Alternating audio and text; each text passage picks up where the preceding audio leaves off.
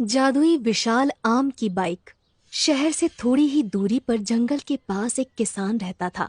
उस किसान ने अपने खेतों के पास ही अपना घर बना रखा था। सारे खेतों में बस आम की फसल उगा करती थी।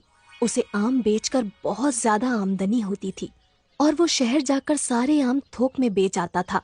शहर और आसपास के सभी लोग उसे आम वाला कहकर पुकारते थे। उस आम वाले का एक छोटा बेटा भी था जिसका नाम कमल था। कमल शहर में रहकर नौकरी करता था और जब कभी भी उसका मन होता था तो वो अपने पिता के घर आ जाता था, क्योंकि शहर से उसका घर बस थोड़ी ही दूरी पर था। रक्षाबंधन से ठीक एक दिन पहले कमल शहर से अपने घर वापस आ जाता है और अपने पिताजी से कहता है, पापा, मैं रक्षाबंधन की छुट्टी लेकर घर आ गया हूँ और अगले 3-4 दिन तक यहीं रहूंगा। वो आम वाला कहता है, हाँ बेटा, तुम अंदर जाकर आराम करो। मैं जरा खेत देख कर आता हूँ। आजकल रात को बहुत सारे जानवर घुस आते हैं। वो किसान खेत देखने चला जाता है और थोड़ी देर बाद वापस आ जाता है। कमल अपने पिताजी से कहता है, पापा, मुझे लगता है हमें अब आम की खेती नहीं करनी चाहिए।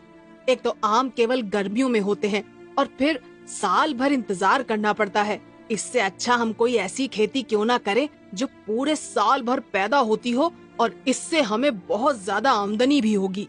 तब कमल के पिताजी कहते हैं, तुम ठीक कहते हो बेटा, लेकिन मैं आम की खेती नहीं छोड़ना चाहता। मेरे बाप दादा भी आम की खेती किया करते थे। इतना कहकर कमल के पिताजी अंदर चले जाते हैं और कमल सोचने लगता है, अब पिताजी तो आम की खेती छोड़ने वाले नहीं।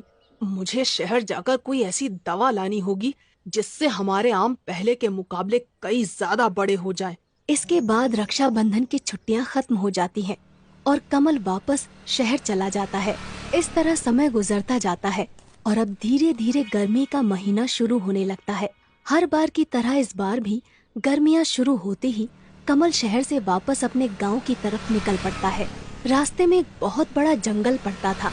कमल जंगल से गुजर रहा था कि तभी उसे एक पेड़ के नीचे संत महात्मा दिखाई देते हैं।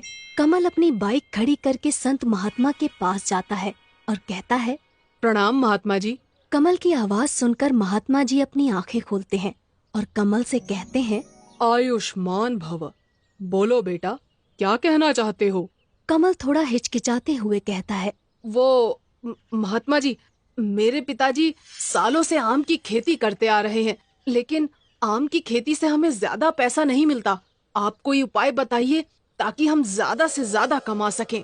तब वो महात्मा जी ध्यान लगाते हैं और उनके हाथ में एक दिव्य जल की मटकी प्रकट हो जाती है। महात्मा जी कमल से कहते हैं, बेटा, ये जादुई दिव्य जल है।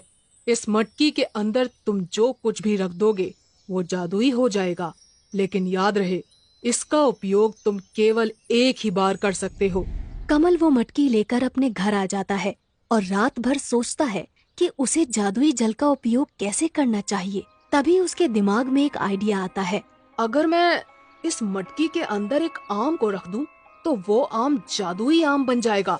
फिर मैं उस जादुई आम की मदद से जो चाहे वो कर सकता हूँ। और कमल बागीचे से एक आम तोड़कर उस मटकी में रख देता है और सो जाता है। अगली सुबह जब कमल सोकर उठता है तो उस मटकी का दिव्य जल गायब हो जाता है और उसके अंदर वो आम ज्यों का त्यों रखा हुआ था। कमल को महात्मा जी की बात याद आ जाती है। इस जादुई दिव्य जल का उपयोग तुम केवल एक ही बार कर सकते हो। कमल उस आम को मटकी से बाहर निकालता है और अब वो आम जादुई आम बन चुका था। कमल उस जादुई आम को हाथ में लेकर कहता है, मुझे एक बहुत बड़ा आम चाहिए। और देखते ही देखते वो छोटा सा आम एक बहुत बड़ा आम बन जाता है जो कमल से भी ऊंचा था।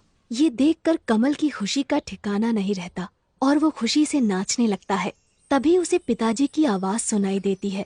कमल तुरंत उस आम को वापस से छोटा करके अपने बैग में छुपा लेता है और अपने मन में सोचता है, पिताजी तो बहुत सीधे साधे आदमी हैं। अगर उन्हें इस जादुई आम के बारे में पता चल गया तो गड़बड़ हो सकती है। मुझे यहाँ से दूर वापस शहर जाना होगा। और अगले ही दिन कमल शहर जाने लगता है, लेकिन इस बार वो पैदल शहर को जा रहा था। ये देखकर कमल के पिताजी कहते हैं, बेटा कमल, क्या बात है? इस बार तुम अपनी मोटरसाइकिल नहीं लेकर जा रहे हो क्या? तब कमल कहता है, नहीं पिताजी, मुझे अब इस मोटरसाइकिल की जरूरत नहीं। मेरे दोस्त के पास बहुत सारी मोटरसाइकिल है। इतना कहकर कमल शहर की तरफ निकल पड़ता है।